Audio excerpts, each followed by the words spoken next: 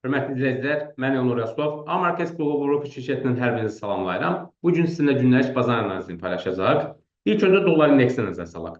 Bildiyimiz kimi bu həftə mayın 7-sində Federal Ehtiyatlar faiz dərəcəsi ilə bağlı qərarını açıqlamış oldu. Belə ki, faiz dərəcəsini azaltmadılar. Yəni 4,50%-də saxlamış oldular. Təbii bir çox analitiklər faiz dərəcəsinin aşağı çəkiləcəyini gözləyirdi. Buna səbəb isə Trump administrasiyasının, xüsusilə Trumpın faiz dərəcəsini aşağı çəkməkdə təkid etməsidir. Hətta Federal Ehtiyatların qərarından sonra Trump öz sosial media hesabında Federal Ehtiyatların rəhbəri Jerome Powell-ı axmaq adlandırdı və qeyd etdi ki, inflyasiya aşağıdır, əmək bazarından gələn göstəricilər normal səviyyədədir.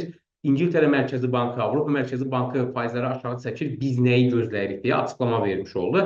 Lakin Federal Ehtiyatların rəhbəri Jerome Powell bir mənada Trumpdan asılı olmadığını göstərdi və eyni zamanda qeyd etdi ki, biz faiz dərəcəsi ilə bağlı qərarları iqtisadiyyatdan gələn real datalar əsasında verməliyik və xüsusilə qeyd etdi ki, Trumpın tarif siyasətinin iqtisadiyyata necə təsir etdiyini hələlik biz bilmirik və o iqtisadiyyatdan gələcək datalar fonunda biz inflyasiyanın artdığını və yaxud da bir mənada dəyişmədiyini müşahidə etdikdən sonra biz faiz dərəcəsi ilə bağlı qərar verə bilərik və bundan dolayı da faiz dərəcəsini dəyişməz olaraq saxlamış oldu. Və bu da bir mənada dollara dəstək vermiş oldu.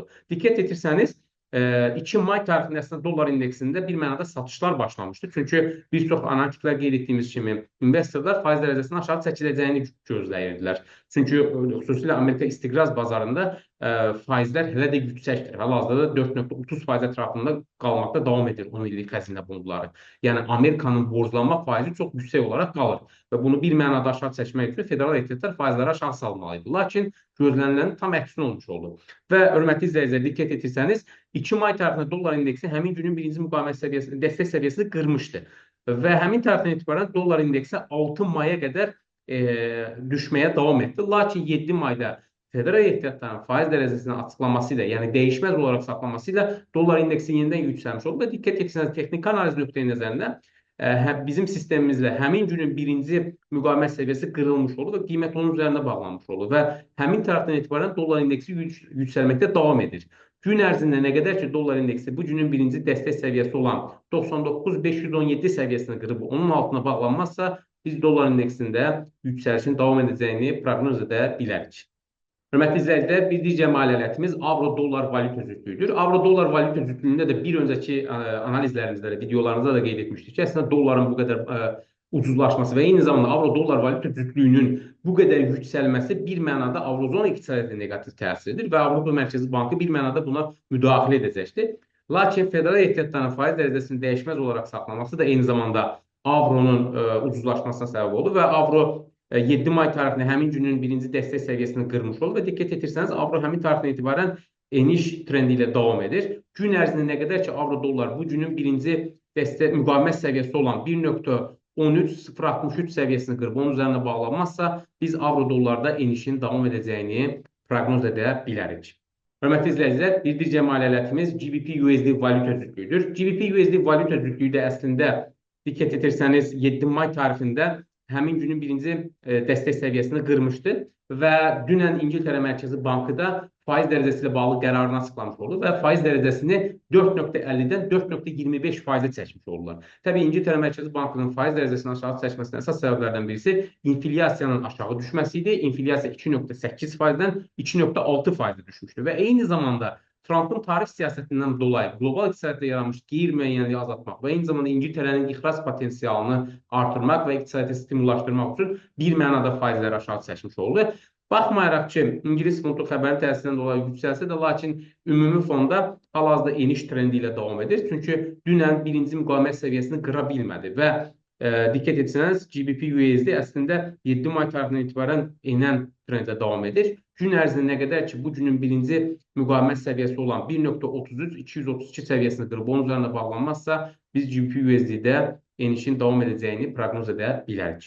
Hörmətli izləyicilər, bir digər maliyyətimiz qızıldır. Qızılda da diqqət etirsəniz, hörmətli izləyicilər, əslində 5 may tarixində həmin günün birinci müqavimət səviyyəsinin qırılması ilə sürətli yüksəliş oldu və ondan sonra konsolidasiya və federal ehtiyatların faiz dərəcəsinin dəyişməz olaraq saxlaması, dolların bahalaşması bir mənada qızıla neqativ təsir etmiş oldu və qızıl 8 may tarixində həmin günün birinci dəstək səviyyəsini qırmış oldu və onun altına bağlanmış oldu. Gün ərzində qızılın qiyməti nə qədər ki, bu günün birinci müqavimət səviyyəsi olan 3384 dollar səviyyəsini qırıb onun üzərində bağlanmazsa, biz qızılda aşağı yönlü korreksiyanın davam edəcəyini proqnoz edə bilərik. Ümumi fonda isə, hörmətli izləyicilər, dünən İngiltərə ilə Amerika arasında ticarət razılaşması bir mənada imzalanmış oldu və Trump eyni zamanda Çinlə də ticarət razılaşması ilə bağlı danışıqlara başladığını açıqladı. Əgər Çin və Amerika arasında ticarət razılaşması əldə olunarsa, bir mənada qlobal iqtisadiyyatda qeyri-müəyyənlik azalmış olar və bu da təbii öz növbəsində qızılın qiymətinə neqativ təsir edə bilər. Yox, əks halda təbii ticarət razılaşmaları əldə olunmazsa, qızılın qiymətinə yenidən yüksəliş başlaya bilər. Lakin texniki analiz nöqteyi nəzərindən nə qədər ki, qızıl günlük birinci müqavimət səviyyəsini qırmırsa, qızılda biz hələlik aşağı yönlü korreksiyanın davam edəcəyini proqnoz edə bilərik.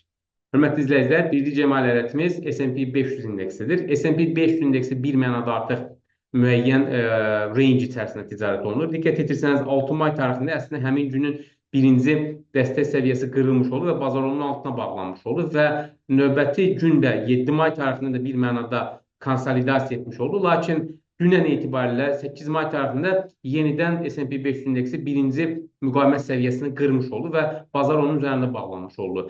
Əgər S&P 500 indeksi nə qədər ki, günlük birinci dəstək səviyyəsi olan 5588 dollar səviyyəsini qırıb onun altına bağlanmazsa, biz S&P 500 indeksində yüksəlişin davam edəcəyini proqnoz edə bilərik. Təbii, dünən S&P 500 indeksində olan yüksəlişin əsas səbəblərindən birisi Trump'ın İngiltərə ilə ticarət razılaşması imzalanması idi ki, bu da eyni zamanda digər dövlətlərlə də ticarət razılaşması əldə olunacağı ilə bağlı gözləntiləri artırmış oldu və səhəm bazarına ümumi fonda müsbət təsir etmiş oldu. Lakin texniki analiz nöqteyi nəzərindən nə qədər ki, S&P 500 indeksi bu günün birinci qeyd etdiyimiz kimi dəstək səviyyəsini qırıb onun altına bağlanmazsa, biz S&P-də hələlik yüksəlişin davam edəcəyini proqnoz edə bilərik.